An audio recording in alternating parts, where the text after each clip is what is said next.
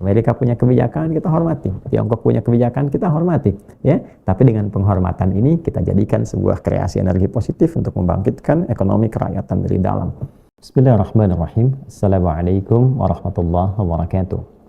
Alhamdulillah, wassalatu wassalamu ala rasulillah, nabiyyina wa sayyidina Muhammad ibn Abdullah wa ala alihi wa sahbihi wa man walah wa ba'd.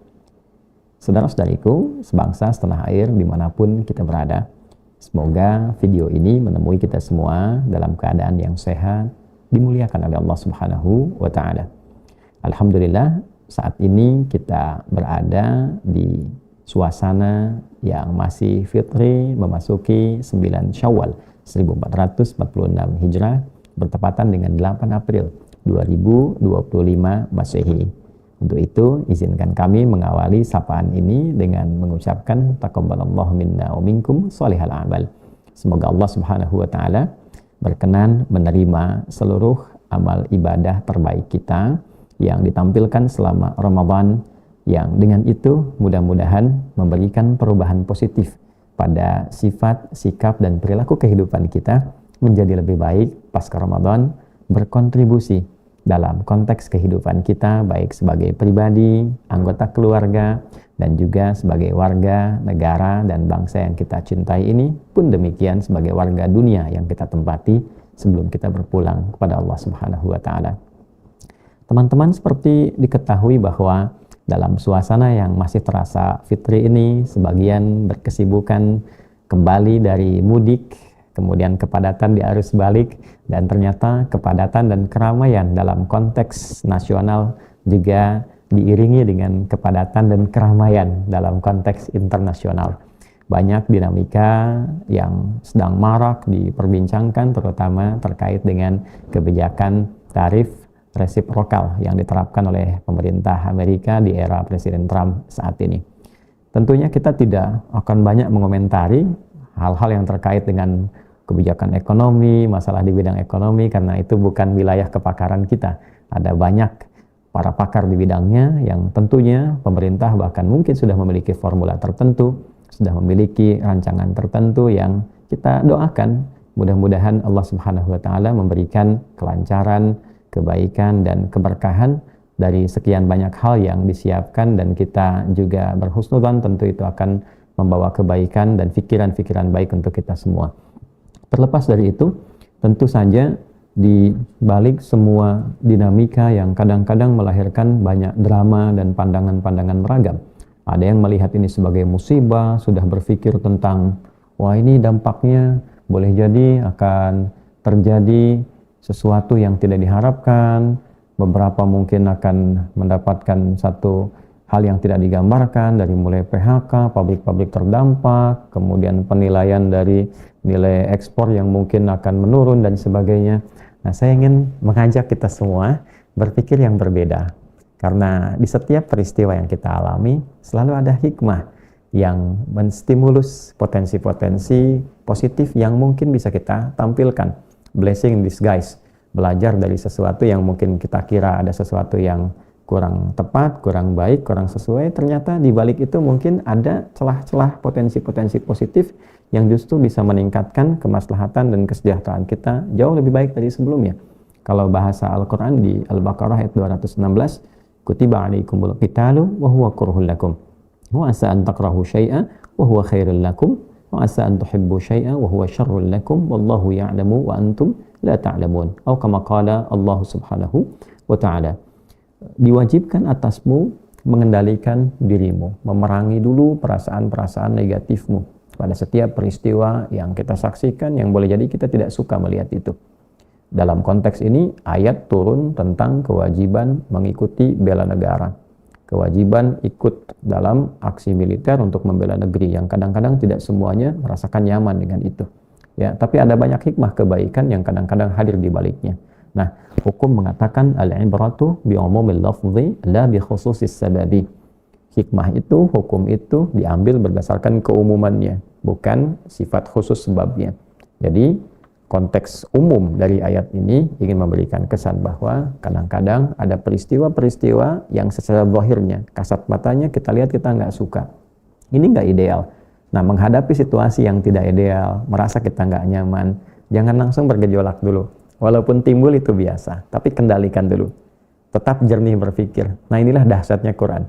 Dalam situasi ujian terberat pun yang dihadapi, tetap jaga kejernihan berpikir, ketenangan jiwa, sehingga setiap putusan itu bisa diambil dalam kondisi hati yang tenang, dalam kondisi pikiran yang jernih. Dan jiwa yang tenang itu senantiasa melahirkan pikiran-pikiran yang cemerlang. Dari pikiran itulah muncul ide-ide, muncul kreativitas, muncul inovasi, dan seterusnya. Boleh jadi, kata Al-Quran, apa yang nggak kita suka, di balik itu ada kebaikan-kebaikan yang mungkin bisa kita raih. Dan di balik yang kita lihat itu ideal, mungkin ada yang kurang tepat juga, yang kurang sesuai dengan kebutuhan kita.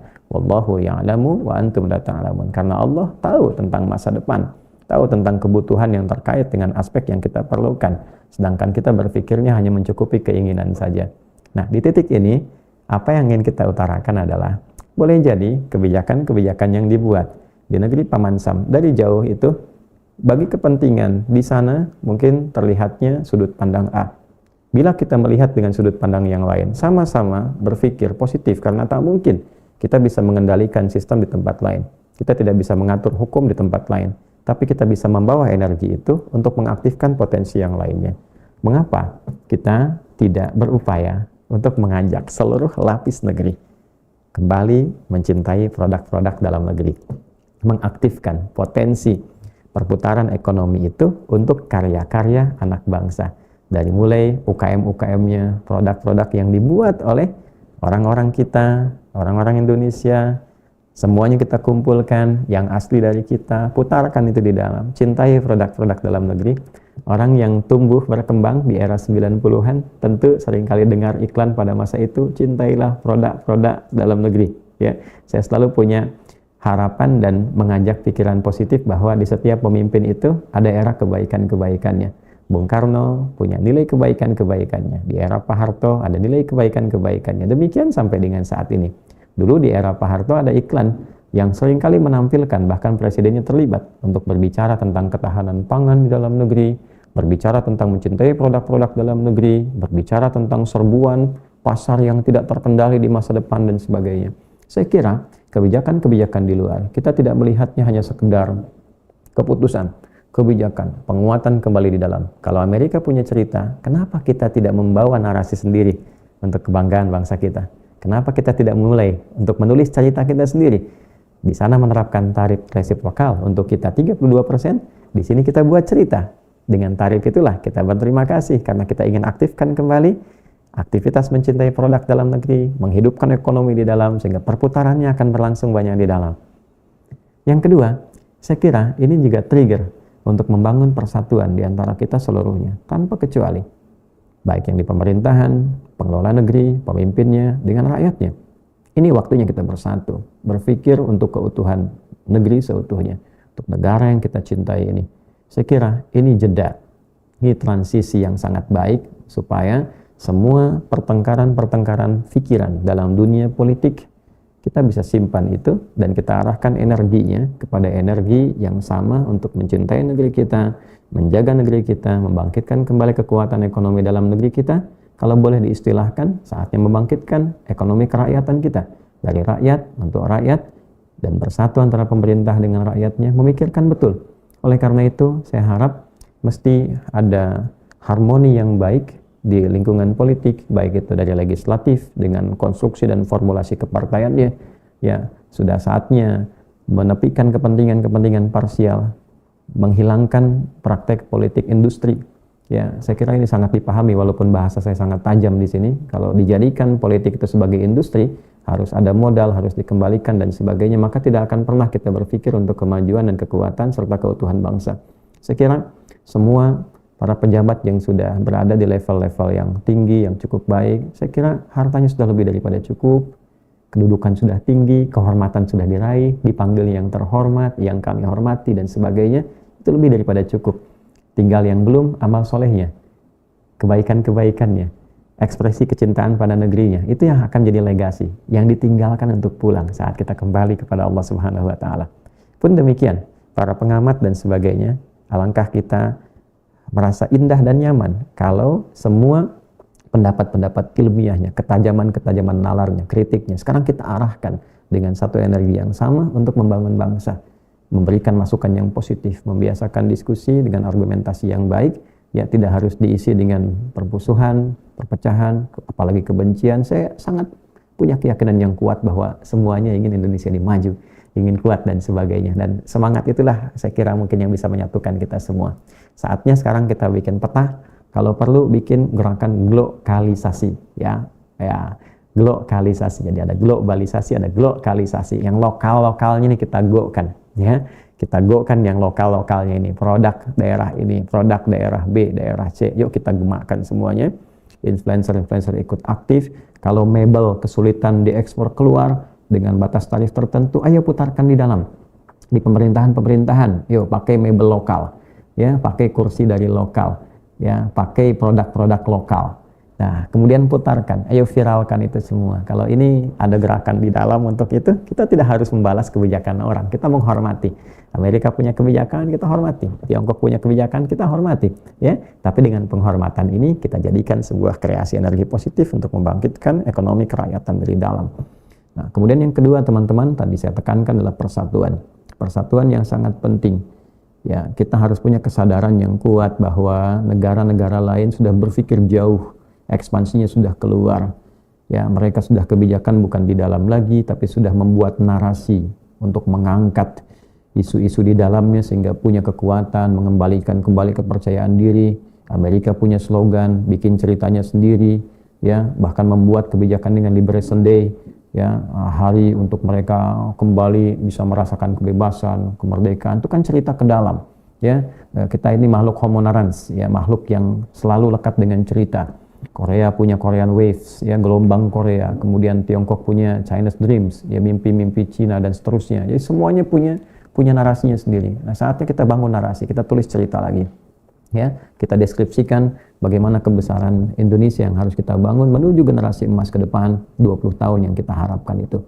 Nah, jadi saya kira itu. Kemudian yang terakhir, barangkali saya punya keyakinan juga pemerintah sudah melakukan kajian terhadap opsi-opsi ini, tapi tidak juga keliru kalau mungkin, dan tidak ada salahnya kalau mungkin juga kita mengusulkan untuk memperkuat dari 9 langkah yang pernah dipublikasikan dari BI 1 sampai 9, dan ada di nomor 9 itu kalau saya tidak keliru juga ada pertemuan di tingkat ASEAN dan seterusnya. Saya kira akan jadi bagus kalau ada alih konsentrasi untuk penguatan kemitraan di wilayah ASEAN.